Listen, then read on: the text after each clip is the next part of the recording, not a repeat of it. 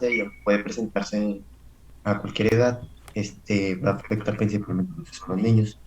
Clínicamente se va a caracterizar por alteraciones del síndrome nefrótico puro o sin datos de síndrome nefrítico y va a mostrar habitualmente una buena respuesta a lo que son los corticoides. Aunque usualmente es idiopático, también se puede asociar fuertemente con lo que sería el linfoma de Hodgkin y también puede ser ocasionado por linfomas no hodgkinianos, tumores sólidos y también puede ser inducido por drogas. ¿Le puedes dar, por favor? Bueno, como ya les comentaba, la enfermedad es típicamente pediátrica, con mayor frecuencia de aparición entre los 2 a 6 años de edad. Va a representar acerca del 80% de los síndromes nefróticos en los niños, eh, los síndromes nefróticos en niños, perdón. El debut de la enfermedad no va a tener ninguna causa identificable, aunque en ocasiones va precedida por infecciones de vía respiratoria superior, reacciones alérgicas o por vacunas. Va a estar ligado dentro de la misma proteinuria y de la hipoalbuminemia, vamos a encontrar lo que sería el edema ocasionado por los mismos, que puede variar de intensidad y rapidez, eh, también de aparición, desde algo tan simple como edema palpebral, y esto puede trascender a lo que sería un edema generalizado con ascitis y derrame pleural. Se trata de un edema intersticial de carácter postural y con fobia. También podemos presentar lo que sería una microhematuria, aunque esta va a ser rara, puede llegar hasta un tercio de los casos, eh, evolucionando hasta lo que sería la hematuria macroscópica. ¿Le puedes dar, por favor? Y bueno, como ya habíamos comentado en clases anteriores, el síndrome nefrótico se va a definir por una proteinuria mayor a 3,5 gramos por 24 horas en un adulto o más de 40 miligramos por metro cuadrado por 24 horas en un niño. A esto se le agrega un valor sérico menor de 3 de lo que sería la albúmina. Eh, la proteinuria, que ya les comento, pues va a ser selectiva por la pérdida de proteínas de bajo peso molecular, como sería la albúmina. El filtrado glomerular mayormente va a ser normal, aunque en edades ya avanzadas puede aparecer insuficiencia renal oligúrica determinada por la misma hipovolemia, la cual se produce ante la pérdida brusca e importante de lo que serían las proteínas y siendo favorecida por lo que sería el mismo edema en el intersticio renal. La hiperlipidemia, este, tiene un aumento preferente de lo que sería colesterol, apolipoproteínas B y lipoproteínas de baja densidad. Eh, a pesar de que es un hallazgo frecuente, mm, desaparece con la resolución del propio síndrome nefrótico. ¿Le puedes dar, por favor? Bueno, la glomerulonefritis por lesiones mínimas se caracteriza por la ausencia de lesiones histológicas relevantes por microscopía óptica y la presencia de algunos plegamientos en pedículos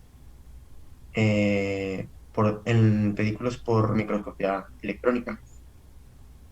En la inmunofluorescencia, aunque a veces es negativa, se pueden apreciar lo que serían depósitos mesangiales de IgM o complemento acompañados de algunas proliferaciones mínimas de mesangiales, perdón. Y dale, por favor. Perdón. Bueno, y aunque no se tiene con certeza la etiología de se planteó la probabilidad de que tenga un origen inmunológico que, que parece residir en lo que sería la producción patológica de linfocinas por algún clon de linfocito T que determinaría un aumento en la permeabilidad de la membrana glomerular a lo que serían las proteínas plasmáticas. ¿Me puedes dar, por favor? Bueno, entre un 70 a 80% de los casos presentan un curso clínico caracterizado por remisiones repetidas, recaídas espontáneas, las cuales pueden ser desencadenadas por procesos infecciosos o alérgicos. Eh, en la edad infantil, pues eh, se presenta entre el 20 y el 25% de los casos para presentar recaídas, perdón. Otro 20-25% van a presentar recaídas infrecuentes y van a evolucionar de manera favorable, y el resto solamente van a evolucionar a corticodependientes con recaídas frecuentes.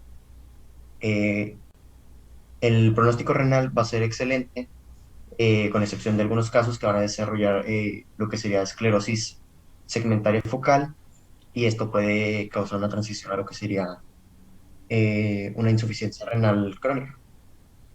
En, excepto en los niños y en más frecuente en lo que sería la población avanzada, de edad avanzada, se van a presentar casos de insuficiencia renal aguda secundarios a la hipovolemia, trombosis venal, de venas renales, nefritis intersticial por diuréticos o trastornos hemodinámicos.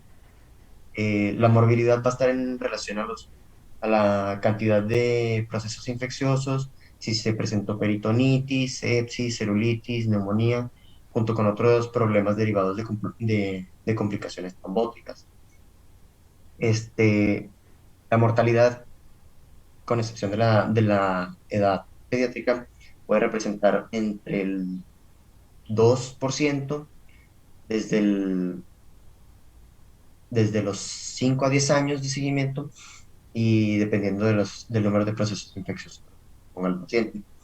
Y en adulto va a rondar entre el 6 y el 10% entre,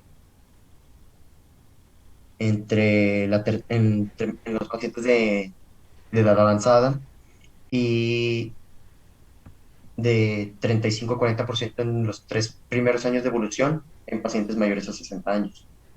¿Me puedes dar, por favor? Bueno, dentro de los factores que alteran el pronóstico, tenemos que sería la forma de presentación. En este caso, sería pues los pacientes que presenten edema, síntomas y recaídas. También tenemos lo que sería la edad, puesto que la respuesta a corticoides se demostró que en pacientes de, de menor edad presentaban mejor respuesta a estos. Sin embargo, son los que presentan mayor recaída.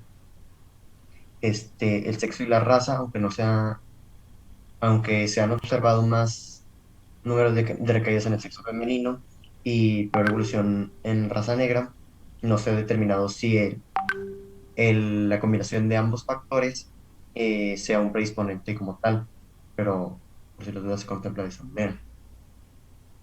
En cuanto a antígenos de histocompatibilidad, se ha comunicado que el HLRA, HLDR3, DR7 o DQ2 determinan una mayor frecuencia de la corticoresistencia o recaídas, mientras que los pacientes con HLA, DR2, DR6 o DQ1 tienen menor riesgo de las recaídas. También tenemos que evaluar la duración de la remisión, puesto que es un factor pronóstico importante, considerándose pues que ya algunos ya están curados y no se les presta la misma atención. Este, en un periodo de más de 3 años de la supresión de los corticosteroides. Eh, también tenemos lo que sería eh, la propia respuesta a los corticoides, que vendría siendo el factor más importante, se podría decir, donde el 15 al 20% presentan una función renal normal tras 10 años de evolución, y solamente del 1 a 3% responden de los que respondieron en la primera manifestación evolucionarán a lo que sería la corticoresistencia. También tenemos que valorar el número de recaídas tras la primera manifestación y especialmente los primeros 6 meses de evolución de la enfermedad, puesto que también es un factor pronóstico de alta importancia. ¿Le puedes dar, por favor?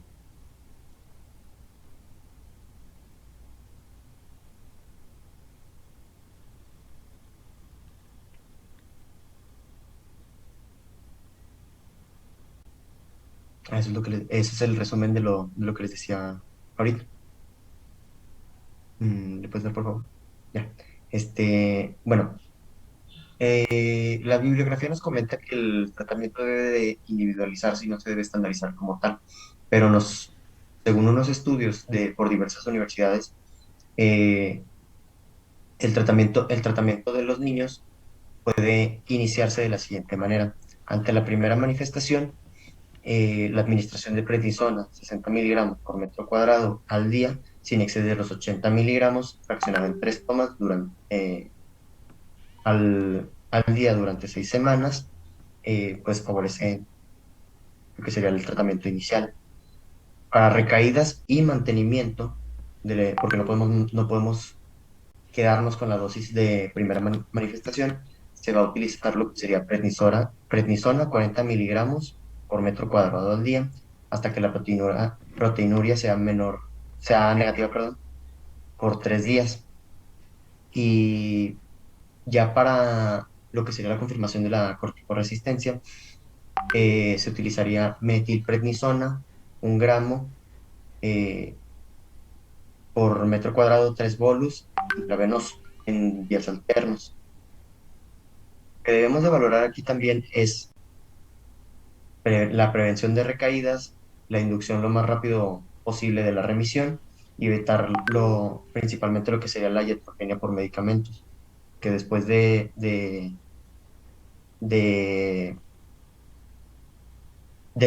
lo que sería la dosis mínima tóxica, pues empiezan las manifestaciones negativas de la aplicación de estos medicamentos que a final de cuentas son corticosteroides.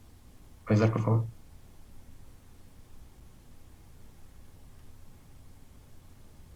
Y bueno, ante la primera manifestación en adultos, la dosis inicial va a ser de 1 miligramo por kilogramo por día y inferior proporcionalmente a la utilizada a lo que serían los niños. Al contrario del otro, sí se puede mantener lo que sería la dosis inicial de primera manifestación o se puede regular de entre 1 miligramo por kilogramo por día a 0,8 miligramos por kilogramo cada 48 horas durante 4 semanas. Y para la confirmación de corticoresistencia no hay un valor estandarizado y se debe de valorar lo que sería el riesgo-beneficio de la aplicación de los corticosteroides. ¿Me puedes dar, por favor? También tenemos lo que es la ciclofosfamida, que se va a administrar como un fármaco, un profármaco inactivo que se va a activar en el hígado. Pertenece a la familia de los inmunomoduladores antineoplásicos, actuando sobre la inhibición de los procesos de la transformación de cromatina o, o ADN polimerasas. Este medicamento se va a utilizar como citostático, eh, tanto en niños como adultos, de acompañamiento como terapia dual. Se tiene demostrado desde hace más de 30 años que sí favorece a, a los pacientes con recaídas y pacientes con corticoresistencia. Sin embargo, todavía no se demuestra exactamente cuál sería el mecanismo por el cual lo hacen, por eso los mecanismos que les mencionaba ahorita. Este, Tanto como de niños como adultos sería 2 miligramos, de 2 a 3 miligramos por kilogramo por día, sin exceder lo que serían las 12 semanas. Este, en niños se puede utilizar de 6 a 8 semanas, pero existe un alto riesgo de recaída. En adultos, como ya les comentaba, puede ir de 10 a 12 semanas sin exceder las 12 semanas. Esto ha demostrado que nos puede dar lo que sería una remisión durante 5 años en niños y una remisión durante 15 años en adultos. La concentración tóxica más o menos bueno, más bien se podría decir, de este fármaco sería de 200 a 500 miligramos por kilogramo por dosis acumulativa, es decir, por las dosis que ya se le administraron al paciente. ¿Vale? Bueno, continuamos con lo que sería la glomerulosclerosis focal.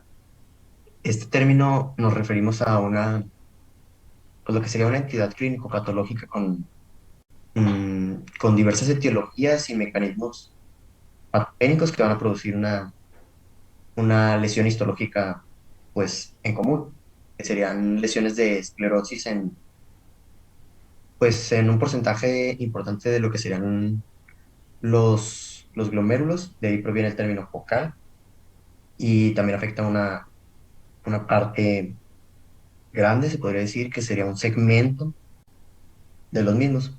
Este, También lo que comparte con el otro vendría siendo la proteinuria, frecuentemente en rangos nefróticos. Había mm, como un mensaje en el libro que nos comenta de si realmente existe una diferencia entre y el de lesiones mínimas. Todavía está en debate, pero sí lo sigue manejando como que son diferentes. ¿Le puedes dar, por favor? Bueno, en cuanto a la patología, la lesión consiste en la solidificación de un segmento del glomérulo, como ya les mencionaba, una esclerosis, generalmente cercana a lo que sería el polo vascular, aunque también puede localizarse en cualquier parte de lo que sería el ovillo. También las luces capilares en el área afectada van a, van a encontrarse, se podría decir, obliteradas por un material pues celular. Eh, eh, Vamos a encontrar zonas de hialinosis debido pues a la penetración de las proteínas plasmáticas en las paredes capilares, las cuales van perdiendo su capacidad normal pues, de barrera. También vamos a encontrar adherencias a la cápsula de Bowman y ya en lo que sería la inmunofluorescencia vamos a encontrar hallazgos poco específicos, como depósitos de IgM y C3 en las áreas afectadas, como ya vimos, me parece el día de ayer. Estas van a representar el atrapamiento de proteínas en zonas de esclerosis. Eh, También un dato importante es que a pesar de la normalidad histológica, no va a haber afecciones también por las mismas lesiones de las esclerosis. Y Niña. bien, ¿le puedo dar, por favor? Bueno, ¿Qué te eh, quedaste? dentro de ¿Te las quedaste, glomeruloesclerosis amigo? ¿Y focales, mañana? vamos a tener lo que serían Mañana es sábado. las primarias y primarias o De hoy. idiopáticas y las secundarias. Ujú. Bueno, como su nombre lo El día indica, de mi es escuela de idiopática, tarea voy a la causa es prepararle desconocida, un regalo pero especial. diversos datos clínicos y experimentales pueden apuntar hacia lo que sería la existencia de un factor circulante que origina una pérdida de la capacidad de barrera que posee la pared capilar glomerular. Este, Pero Entre las no primeras me lesiones que vamos a no encontrar odias, ¿verdad? ¿O te en la dices? primaria o idiopática es la fusión positaria en las células epiteliales. Estas van a formar lo que sería una zona de vacuolización y pues es posible que este factor del que les comento pueda actuar primariamente en lo que sería el metabolismo normal de las células, disminuyendo la síntesis de paransulfato, proteoglucanos y glucoproteínas, dando lo que serían propiedades alteraciones de las propiedades de la pared capilar. Y en la secundaria, pues bueno, la disminución de la masa adrenal, de la masa renal, constituye uno de los modelos más estudiados de, de la insuficiencia renal crónica, eh, puesto que al disminuir el número nefronas que funcionan por debajo de un nivel crítico, se van a empezar a producir lo que serían mecanismos adaptativos, van a generar pues lo que serían anomalías en la estructura y función del, del riñón, causándonos la aparición de proteinuria, lesiones por la misma esclerosis glomerular y, y insuficiencia renal progresiva, propiamente. ¿Le puedes dar, por favor? Bueno, en cuanto a la clínica y evolución, la, pri- la, la primaria va a alcanzar rangos nefróticos, como ya le mencionaba, de 3 a 5, de 3,5 perdón, mayor de 3,5. Y en la mayoría vamos a encontrar desde lesiones evidentes, como podría ser el edema, que puede ser desde malleolar leve hasta la nasarquia con derrame pleural y ascitis. Aquí la proteinuria va a ser un importante valor pronóstico. Los rangos con valores no nefróticos van a presentar una evolución pues, favorable, observación de la función renal hasta un 80%, eh, a lo largo de 10 años de evolución. Y por el contrario, los pacientes que tienen proteinuria en rangos nefróticos, pues evolucionan muy mal, bajando su capacidad renal hasta un 50% en el periodo de 10 años, a no ser de que el síndrome nefrótico remita de manera total o parcialmente. Este, También es muy frecuente la hipertensión ya en pacientes de edad avanzada, con una prevalencia de hasta el 50%. Y, y en la secundaria, pues vamos a observar un lento y progresivo incremento de proteinuria, a diferencia de la primaria, como ya vimos que es más súbito. Esta va a evolucionar de manera lenta, no va a presentar edema y puede llegar inclusive hasta de 10 a 15 gramos por día, y a pesar de esto no va a presentar edema a la persona, ¿vale? Y como tratamiento, la pauta más recomendable, según varios estudios, sería iniciar el tratamiento con esteroides de 1 a 1,5 miligramos de prednisona por kilogramo por día durante 2 a 4 semanas, y algunos autores también recomiendan lo que sería la utilización de prednisona 2 miligramos por kilogramos cada 48 horas para ir reduciendo lentamente lo que sería la utilización pues, de los esteroides.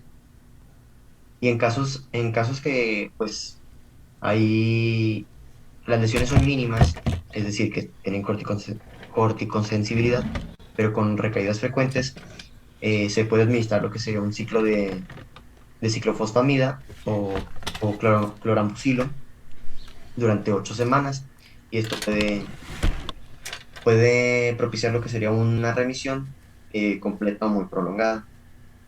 También se utilizan lo que serían los inhibidores de la enzima convertidora de la angiotensina, como vimos en clase, puesto que estos van a tener un efecto antiproteinúrico, eh, y van a ayudar a frenar lo que sería, frenar o enlentecer lo que sería la progresión del fallo renal.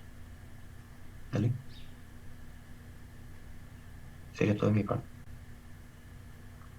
Muy bien, ahora vamos a continuar con las glomerulonefritis, que tienen varios nombres, ya sea mesangiocapilar, membrana proliferativa, hipocomplementémica o lobular. Dale, por favor. Este tipo de glomerulonefritis, bueno, más bien son tres tipos, pero son de las menos frecuentes, ya que su incidencia es de un 3 a un 4% y son de las más graves que pueden haber. Estos tipos de glomerulonefritis se dividen en dos, ya sea idiopática o primaria y secundaria. Las idiopáticas, que son las que vamos a ver, son tres. La tipo 1 es la glomerulonefritis mesangiocapilar con depósitos subendoteliales o también llamada glomerulonefritis clásica. La tipo 2 es mesangiocapilar con depósitos en la membrana basal. o también se puede llamar enfermedad por depósitos densos, y estos depósitos son del complemento C3. El tipo 3 es la glomerulonefritis mixta, ya sea membranosa y proliferativa. Y de esta casi no se tienen,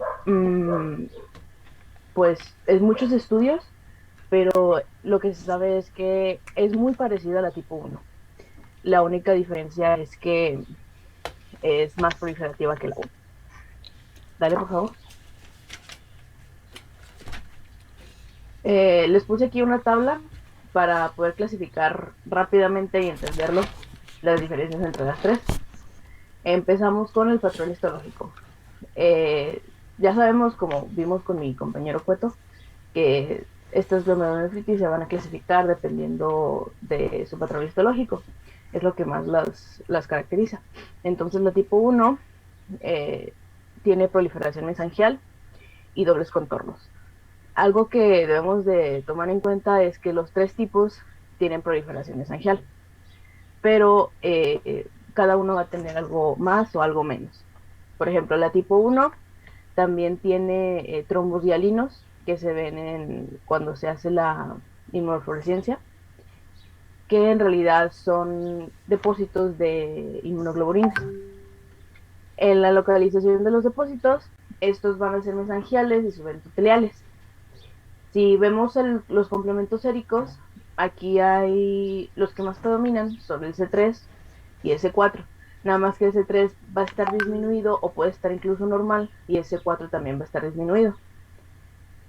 También ahora los anticuerpos circulantes, se dice que alrededor del 50% de los trombos hialinos van a tener anticuerpos, y en su inmunofluorescencia se van a encontrar que los trombos son de C3, de complemento 3, de inmunoglobulina G, de complemento C1 y C4, tomando en cuenta que el C1 y el C4 no hay casi de ellos, pero sí se pueden encontrar y se toman como un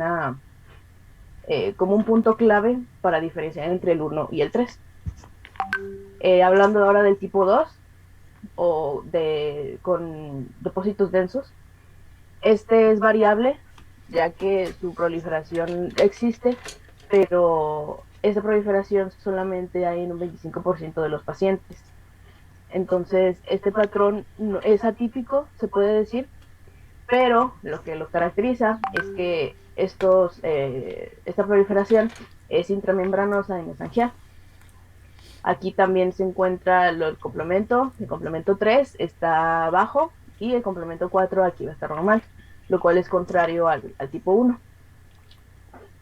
Aquí en la inmunofluorescencia hay que recalcar mucho que en este se encuentra el complemento, nada más, no se va a encontrar inmunoglobulinas. ¿Por qué? Porque este tipo 2 de glomerulonefritis tiene la característica que se activa de una forma mala la vía alterna del complemento. Entonces es una sobreactivación de la vía alterna que, si de por sí no debe activarse, se activa de mala manera. Y ahora el tipo 3, que como les mencionaba, es parecido al tipo 1, pero hay menos celularidad y hay depósitos subepiteliales. Entonces, si le agregamos los depósitos mesangiales y los subendoteliales del tipo 1, también le agregamos los subepiteliales. Aquí ya se le agrega el complemento 5 y hasta el 9, que están bajos, mientras que el complemento 3 está bajo y el 4 normal. Sobre la inmunofluorescencia, es muy parecido al tipo 1, nada más que el complemento 1 solamente se va a encontrar alrededor del 5% de los pacientes, y en realidad la forma de diferenciar del tipo 1 al tipo 3 son los depósitos subepiteliales. Dale, por favor. Y ahora vamos con la etiopatogenia. Aquí hay muchísimas causas para estas enfermedades, y se pueden dividir entre las que causan tipo 1 y las que causan tipo 2. La tipo 1, las más comunes son la endocarditis, eh, principalmente la estreptocócica, la hepatitis vírica y la tuberculosis. También el SIDA. Y hablando de infecciones, y para el tipo 2 es cualquier infección de estreptococo que esté mal tratada, se puede convertir rápidamente en una glomerulonefritis. Hablando de las enfermedades autoinmunes, para el tipo 2, la que más se ha visto es el lupus eritematoso sistémico, mientras que para el tipo 1 es más común la esclerosis o el síndrome de Sjögren. Hablando de las neoplasias, eh, pues el cáncer es una de las que más se ha visto en cualquiera de los tres tipos. De otros tipos de enfermedades, puede ser también la lipodistrofia parcial para el tipo 2 y para el tipo 1 puede ser también la sarcoidosis. Estas son las más comunes que provocan los neuronefritis. Obviamente que esté mal tratado. ¿Vale, Pepis? Muy bien, la epidemiología. Aquí solamente afecta a grupos jóvenes de edad, ya sea niños desde los 5 años y jóvenes hasta los 30 años. Se puede encontrar en ancianos, pero es muy raro, hasta el 4% de los ancianos, pero esa causa es muy rara de nefritis y casi no se ve, la verdad. Aquí no hay predilección sexual, le puede pasar tanto a hombres como a mujeres.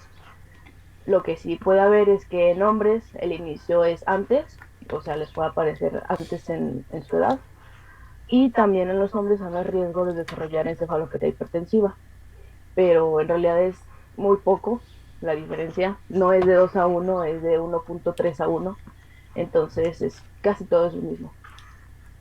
Vale, por favor. Muy bien, ahora el cuadro clínico. Este cuadro clínico es para los tres tipos. Nada más que hay que tomar en cuenta que, como les mencioné, el tipo 2 es una activación mala de la vía alterna del complemento. Entonces es más grave y es más difícil de tratar. En la mayoría de los casos, de cualquiera de los tres tipos, va a haber hipertensión arterial. Eso es de cajón. Casi en un 90-95% de todos.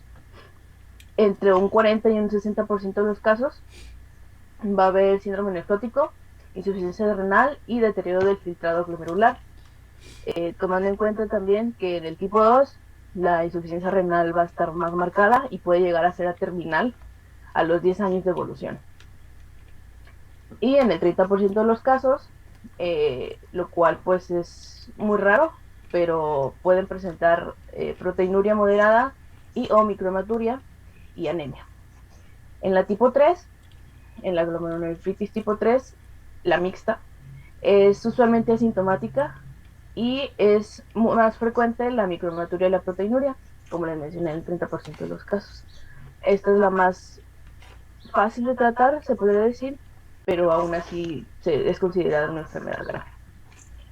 Dale, por favor. Muy bien, para el diagnóstico. Se pueden hacer varios estudios, pero los que más se usan son el examen general de orina, en el que vamos a encontrar proteinuria no selectiva, hematuria y cilindros. En la biometría hemática, como les mencioné ahorita, se puede encontrar anemia, pero no es de cajón.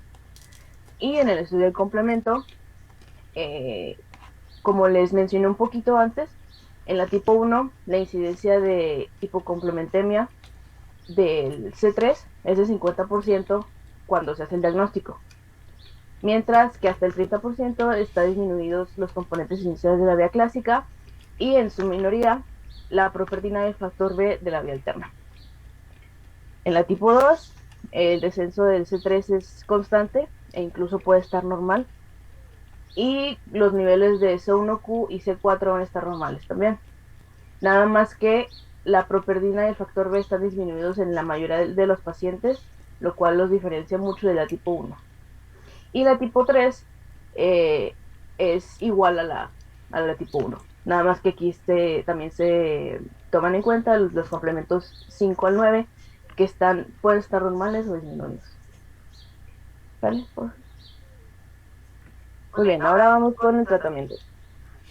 En los pacientes con síndrome nefrótico o que también tengan insuficiencia renal, se han publicado resultados que son de relativamente buenos a malos, ya que todavía se está viendo eso, se están haciendo los ensayos clínicos y se está administrando ahorita prednisona 40 miligramos por metro cuadrado en días alternos hasta por un año. También esto es para cualquiera de los tres tipos de glomerulonefritis. Ahora, en la tipo 2, que es la más grave, se están estudiando nuevos tipos de terapias, ya que, como les mencioné, su pronóstico es muy malo para esa. Su evolución es insuficiencia renal terminal de 5 a 10 años. Entonces se está viendo si funciona la plasmaféresis o el eculizumab. Nada más que todavía está en estudios y esperemos que salgan nuevos resultados. Y en las formas leves de glomerulonefritis, que apenas están empezando con los síntomas, o es el tipo 3, que es la más asintomática, es la menos grave, es la más leve. Esta, si hay proteinuria moderada y deterioro del filtrado glomerular, pero es leve también, se recomienda un tratamiento hipotensor y un antiproteinúrico, como las IECAS o el ARA2, como nos mencionó ayer la doctora. Otra cosa que se ha visto o que se ha tratado de usar es el trasplante renal. Nada más que la probabilidad de recidiva post trasplante renal es alta, principalmente en la tipo 2, que es hasta del 80% de los casos van a seguir teniendo glomerulonefritis.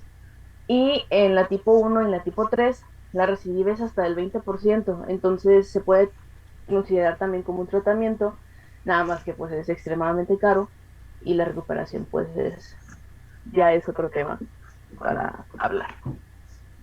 Y sería todo mi parte. Bueno, vamos a continuar ya con el último tema, que es la nefropatía mesenquial de inmunoglobulina A. Y esta pues hace honor a su nombre, pues ya que se va a caracterizar por el depósito difuso y generalizado de inmunoglobulina A en el mesanquio glomerular. Esto nos va a dar una morfología granular. Es la glomerulonefritis primaria más frecuente en casi todo el mundo, teniendo algunas diferencias geográficas en Asia y en Australia. Bueno, en Asia, más bien, en países como Japón y Australia, corresponde a la mitad de los casos de glomerulonefritis, mientras que en Europa del 10 al 30% y en Estados Unidos del 10 al 15%. Entrando en el tema, la clínica pues, va a ser más frecuente en varones, que va a constituir alrededor del 74 al 75% de todos los casos, y el 80% de los casos van a ser diagnosticados entre personas de 15 y 65 años de edad, mientras que niños menores de 15 años y ancianos mayores de 65 años va a corresponder el 10% de casos. Y las formas clínicas más comunes pues son las que tenemos en pantalla.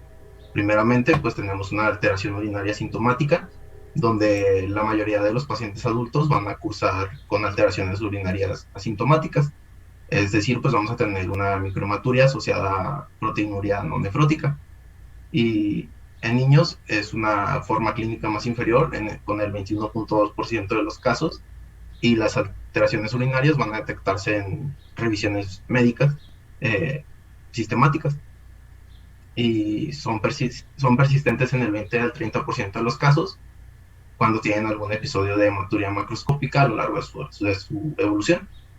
Y pues esta es la segunda forma clínica, que es la hematuria macroscópica, donde alrededor del 15% de los pacientes adultos y el 50% de los niños van a presentar el cuadro de hematuria macroscópica. Este va a ser de color pardo, como cola de té o cargado, que aparece de 4 a 3 días después de una infección de vías respiratorias superiores o tras una gastroenteritis. Puede haber un dolor lumbar por distensión de la cápsula renal, puede haber mialgias, astenia, febrícula y disuria. Y a diferencia del síndrome nefrítico, no vamos a tener oliguria, edemas, hipertensión ni deterioro de la función renal. Después tenemos el síndrome nefrótico, donde alrededor del 10% de los casos se van a diagnosticar tras el estudio de síndrome nefrótico. Y ante esto, pues vamos a tener dos posibilidades. La primera, que haya presencia de síndrome nefrótico sin hipertensión ni deterioro de la función renal y sustrato morfológico del riñón. Y número 2, que esté asociado a una insuficiencia renal crónica, hipertensión arterial, en el contexto de una lesión glomerular evolucional. Y el último va a ser la insuficiencia renal aguda, donde en el 8% de los pacientes pues debutan con un cuadro de insuficiencia renal aguda. Esto se puede deber a la proliferación extracapilar en más del 50% de los ovillos, como ocurre en glomerulonefritis rápidamente progresivas. Y en otras ocasiones pues va a coincidir con un brote de hematuria macroscópica típico de esta glomerulonefritis. En cuanto a datos de laboratorio, bueno, aquí está la tabla de lo que les decía, de menos de 15 años al 10%, al igual que más de 65 años, y donde tenemos más casos, pues es del 15 al 65, de 15 a 65 años, es decir, en la edad adulta, con 80%. Y ahora sí, en cuanto a los datos de laboratorio y estudios complementarios, va a ser frecuente detectar hiperuricemia desproporcionada al grado de disminución de función renal. Esto lo vamos a detectar en el análisis de orina. También vamos a detectar episodios de hematuria o en intervalos asintomáticos, y vamos a ver que los hematíes van a ser dismórficos y van a estar acompañados de cilindros hemáticos, y los valores de inmunoglobulina sérica van a estar elevados de forma mantenida, pero inespecífica en el 30% al 50% de los pacientes. Aquí vamos a hacer uso de la ecografía abdominal en pacientes iniciales, y vamos a ver que los riñones se van a mostrar de manera normal o hiperecogénicos. Y en fases evolucionadas vamos a ver en la ecografía abdominal que se va a disminuir simétricamente el tamaño de los riñones, y esto nos va a ayudar a diagnosticar, esto nos va a ayudar al diagnóstico diferencial de otras enfermedades que nos originan hematuria. En cuanto a la anatomía patológica, la lesión más común en el estudio macroscópico óptico es el aumento de la matriz mesenquial e hipercelularidad mesenquial, como podemos ver en las imágenes de abajo. Esta alteración va a adoptar una distribución focal en el 50% de los glomérulos y segmentaria en parte de un ovillo glomerular, aunque pues también puede existir proliferación mesenquial difusa en todo el ovillo. Y la clasificación pues va a ser la siguiente. Vamos a tener una clasificación, vamos a tener el grado 1, donde va a haber cambios mínimos glomerulares, donde los glomérulos van a estar normales con una mínima proliferación mesenquial y no va a haber alteraciones tubulointersticiales. En el grado 2 vamos a tener una glomerulonefritis proliferativa mesenquial en menos del 50% de los glomérulos, y no van a tener, al igual que el anterior, pues no va a haber alteraciones tubulointersticiales. Después, en el grado 3, vamos a tener una glomerulonefritis proliferativa focal y segmentaria, donde vamos a tener adherencias a la cápsula de Bowman y algunas semilunas con edema intersticial y una ligera infiltración intersticial. Como podemos ver aquí, ya empezamos a tener alteraciones tubulointersticiales. Después, en el grado 4, vamos a tener una glomerulonefritis proliferativa mesenquial difusa, donde aquí vamos a tener dobles contornos de pared capilar y semilunas y adherencias capsulares en el más del 50% de los ovillos, y vamos a tener una atrofia tubular, fibrosis intersticial y esclerosis arteriolar. Y en el grado 5, que es el último, vamos a tener una glomerulonefritis difusa esclerosante de carácter segmentario, con hialinosis y adherencias capsulares, con semilunas o sinegias en más del 50% de los ovillos, y marcada con una afectación tubulointersticial y vascular. En cuanto al diagnóstico, pues se debe sospechar ante los cuadros más típicos, ya sean alteraciones urinarias o hematuria aislada o recidivante, con un estudio urológico normal, ya sean urografías, ecografías renales, cistografías y cistoscopía. Y pues vamos a tener también que la ausencia de infección urinaria, calciuria y uricosuria normales y pruebas de coagulación sin alteración, y la elevación de la inmunoglobulina sérica y normocomplementaria pues son también orientativas de esta nefropatía. En ocasiones también en la enfermedad de Alport, que pues va a ser la nefritis hereditaria, y la enfermedad con membrana basal, fina, van a tener un curso clínico similar, pero los estudios de biopsia renal pues nos van a, a ayudar a diferenciar estas enfermedades de la glomerulonefritis. En cuanto a la patogenia, pues el depósito mesengial de inmunoglobulina A va a ser el resultado final de diferentes alteraciones de la síntesis, la estructura o el aclaramiento plasmático de la inmunoglobulina A. Y vamos a tener principales mecanismos, que son los que también estamos viendo. Primeramente, pues va a ser el aumento de la síntesis de inmunoglobulina A, ya que algunas manifestaciones clínicas de esta nefropatía coinciden con infecciones del tracto respiratorio superior o gastroenteritis, y se ha pensado que existe una estimulación de diversos antígenos, ya sean virus, bacterias o antígenos alimentarios, en el epitelio secretor, que va a provocar una hiperrespuesta de tipo de inmunoglobulina A2 con formación de inmunoglobulina A polimérica que pasa a la circulación sanguínea. Después tenemos una alteración de inmunoglobulina sérica y participación de complejos inmunes circulantes, en donde la mayoría de los pacientes la inmunoglobulina sérica es normal, es decir, polimérica con predominio de inmunoglobulina A, pero está cargada negativamente y con menos galactosa que la de los sujetos sanos. Y hay varios datos que avalan la participación de complejos inmunes circulantes, como la morfología granular de los depósitos de inmunoglobulina A, la aparición de material denso electrónico o el microscopio electrónico y recidiva en los injertos renales. Después tenemos la disminución del aclaramiento plasmático, donde los complejos de inmunoglobulina A van a ser aclarados con dificultad de la circulación sistemática. Los inmunocomplejos que contienen inmunoglobulina A van a activar la vía alterna del complemento y va a impedir la unión del receptor C3b del sistema reticuloendotelial. Después tenemos el depósito mesengial, donde no parecen existir alteraciones intrínsecas glomerulares, pero la inmunoglobulina depositada en el ovillo glomerular va a ser similar a la circulante y por las células mesengiales o por los macrófagos. Entonces la enfermedad progresiva se va a caracterizar por producción y por el depósito continuo de complejos inmunes. Después tenemos el mecanismo de lesión glomerular, donde las formas histológicas son variadas y hacen pensar que en la participación de otros factores en la inducción del daño tisular. Se ha especulado el depósito aislado de inmunoglobulina en el glomérulo, ya que pues, no es muy lesivo, y de hecho en pacientes cirróticos con enfermedad celíaca, que frecuentemente tienen depósitos aislados de inmunoglobulina, apenas tienen manifestaciones de esta enfermedad renal. Y después factores genéticos, que aunque la mayoría de los casos de nefropatías por inmunoglobulina son esporádicos, se ha descrito más de 90 familias que son afectadas y la presencia más o menos larvada de nefropatía en familiares que son aparentemente sanos. Y en cuanto a la evolución y pronóstico, tiene la mayoría de los casos y en todas las edades un curso benigno. Algunos de los pacientes van a mantener función renal normal durante muchos años e incluso alrededor del 8% van a llegar a normalizar la analítica urinaria, pero otros van a evolucionar a insuficiencia renal terminal. Alrededor del 10% de los pacientes van a alcanzar la uremia terminal a los 5 años del diagnóstico.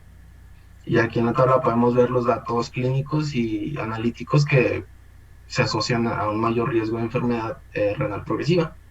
Y curiosamente los pacientes con brotes de hematuria van a tener mejor pronóstico que aquellos con alteraciones urinarias. En cuanto al tratamiento, dado que esta patología continúa siendo un enigma, el tratamiento es inespecífico y no curativo, pero hay pautas de actuación que después vamos a revisar. Primeramente, vamos a informar al paciente y familiares sobre la cronicidad de la nefropatía y la necesidad de realizar revisiones periódicas indefinidas, al menos una vez al año. Estas revisiones es fundamental vigilar la presión arterial y es recomendable limitar el consumo de alcohol y otras medidas higienodietéticas renoprotectoras, ya sea pues evitar el sobrepeso, el tabaquismo, corregir hiperlipemia eliminar nefrotóxicos y aumentar la ingesta líquida. Después, cuando no existe hipertensión arterial, es decir, la función renal es normal, un aclaramiento de creatinina superior a 75 mililitros por minuto, y hay una proteinuria inferior a 1 gramo al día y no hay datos de cronicidad en la biopsia, pues no hay que dar ningún tratamiento farmacológico, y en las infecciones pues es conveniente recomendar antibióticos. Pero en el punto número 3, si la función renal es normal o ligeramente deteriorada y la proteinuria es superior a 1 gramo al día y aparece hipertensión arterial y en la histología hay datos de inflamación aguda, hay 3 opciones de tratamiento. Primero, los YECA, o antagonistas de los receptores de angiotensina 2, o ambos, ya que estos fármacos van a ser útiles para reducir la proteinuria en más del 50% de su valor basal. Y número 2, pues aceite de pescado, ya que contiene, por su alto contenido de ácidos grasos, de omega 3 a dosis de 12 gramos al día durante al menos 2 años. Y por último, corticoides, ya que últimamente se renovó el interés de los corticoides. La dosis de prednisona es variable, de 60 gramos al día alternos durante 3 meses y completar el ciclo de 2 años.